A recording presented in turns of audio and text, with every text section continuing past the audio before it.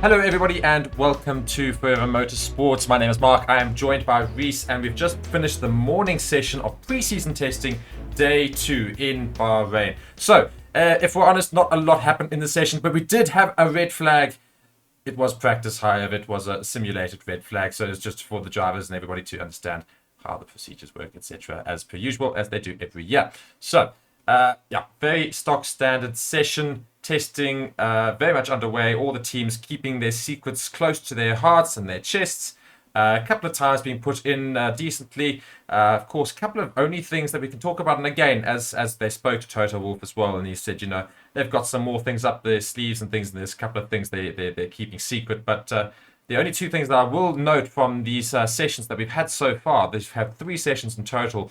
We are literally halfway in testing, is the fact that Mercedes and McLaren are looking a little bit off the pace. Reese? Well, yes, I think Mercedes are still holding their cards quite close at the moment. I definitely think that they have made a major step up from last year. Certainly, we haven't seen much of the porpoising that plagued their car last year and caused them to damage so many flaws. Looking a lot more stable and a lot more comfortable this year. I think that we still are waiting for them to turn up those engines a bit and get rid of some fuel, and then we'll see some high speed after that. McLaren are seeming quite uncomfortable at this stage of testing. Certainly not how they would want it to go at this point. Yeah.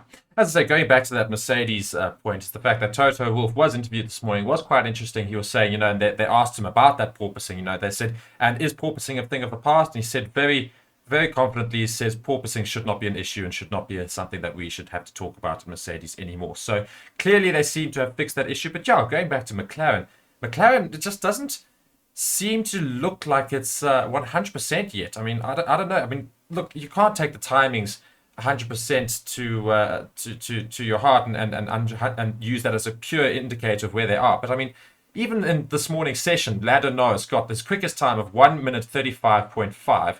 That was a ninth, the second slowest car out of the 10 cars this morning, and that's already half a second slower than Hamilton in eighth.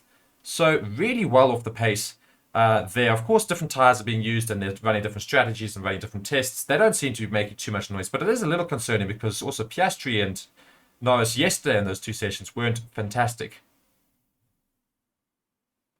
Well, yes, unfortunately, you can't really take, as you said earlier, you can't take these times very seriously right now, as people are still holding their true pace close to their chest. I think we'll be seeing some more of the high speed runs maybe tonight, as well as more tomorrow when teams really do get a bit more comfortable with their car setups. People are just busy running their pre-race procedures and all of their testing procedures at the moment. So you really don't know what they are getting up to. If they're running with high fuel, if they're running with low fuel, it's just so difficult to tell at the moment who is actually uncomfortable and who are just sandbagging. Yeah, exactly. So we've got just looking at the times, as I say, from this morning at least. So we see number of laps done in this morning's session. We see Sonoda, who had the slowest recorded lap out of this session. He managed to get the most laps in, however. So clearly running some other tests and things that they were trying to do. He got 85 laps in, which is a lot of laps in one session. And then we're looking at everyone else more or less between 60 to 70 laps as well. Only one person got fewer laps. That was Ocon. Only got 49 laps in, and also Zhou, who only got 43 laps in that session there. So not too many. But we also want to notice that Sargent, obviously rookie for this year from Williams, managed to get 74 laps in. And I don't know if it was maybe a confidence thing that Williams were trying to do, just to build his confidence up and try and put his times right at the top of the leaderboards.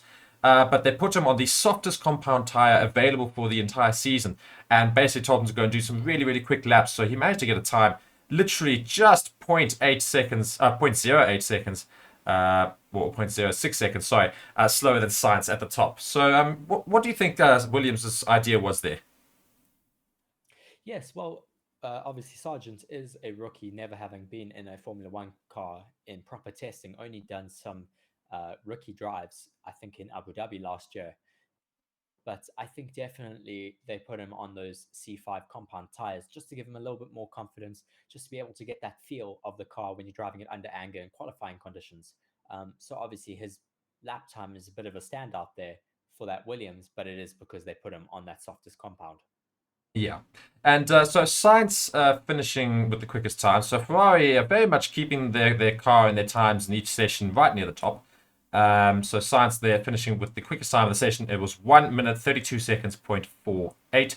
And then only noticeably, I would have said yesterday, obviously Verstappen topped both sessions. Perez came in this morning, was actually supposed to be Verstappen, but for some reason that didn't follow schedule, and Verstappen will be this afternoon. But Perez only managed to get the seventh quickest time, so maybe just, brushing off a bit of the dust from last season, getting back into the groove of things, or just maybe some tests that they were trying to put together.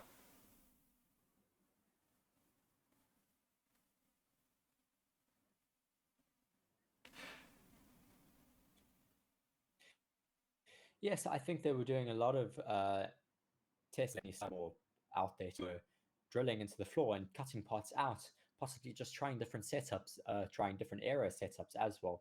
Obviously, they didn't put in any fast times, but you never know what type of development or different scenarios they were testing behind the scenes.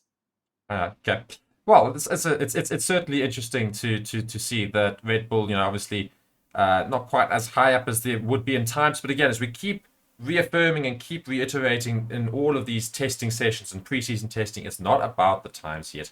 Obviously, it's a good indicator by the end of tomorrow. By the end of testing, we'll have seen some quick laps done by everybody, and we'll get a better idea of the pace of some of these cars. But they might not actually reveal all of their secrets in preseason. They might be holding on to their cards, as you say, holding their cards close to their chest for next weekend's race. Any other thoughts that you had about this morning's session? Yes, well, he hasn't been mentioned just yet, but Fernando Alonso put in some more really good times, obviously putting his Aston Martin up into third position with a 1 minute 32.9, not far off of last night's second best time that he put in, just a few tenths off. That Aston Martin just looking so competitive this year, which is I'm very glad to see because obviously we want to see Fernando Alonso being in it for the title fight possibly. So talking about Aston Martin, do we think that possibly Aston Martin are going to win the best of the rest prize? Are they big contenders for that now? At this moment, I wouldn't be surprised if we're seeing them battle for the top three. It's looking so close at the moment. It's very exciting. Yeah. And that's exactly what we want in Formula One. We want all these teams competing at the very top. We want to see poles shared by different teams of all sorts and make it a really competitive season. We don't just want a two-horse or even one-horse race. We want it, 10. There are 10 teams. Let's see them all battle it out. But yeah, I think that's pretty much what happened in session one. Your final thoughts, Reese? Yes, unfortunately, not too much action happening out in the first session today of testing, but I'm sure we will be seeing some very exciting action out on track for the evening session. Obviously, temperature is going down, fast times being set. Let's see what we have for us in store this afternoon. 100%. Cool. Thank you very much for watching Forever Motorsports. We will be, of course, looking and watching testing as it goes on, and we will be recapping anything and everything that comes with Formula One. You've been watching Forever Motorsports. Thank you so much for watching. You've been watching with Mark and Reese, and we'll see you next time. Goodbye.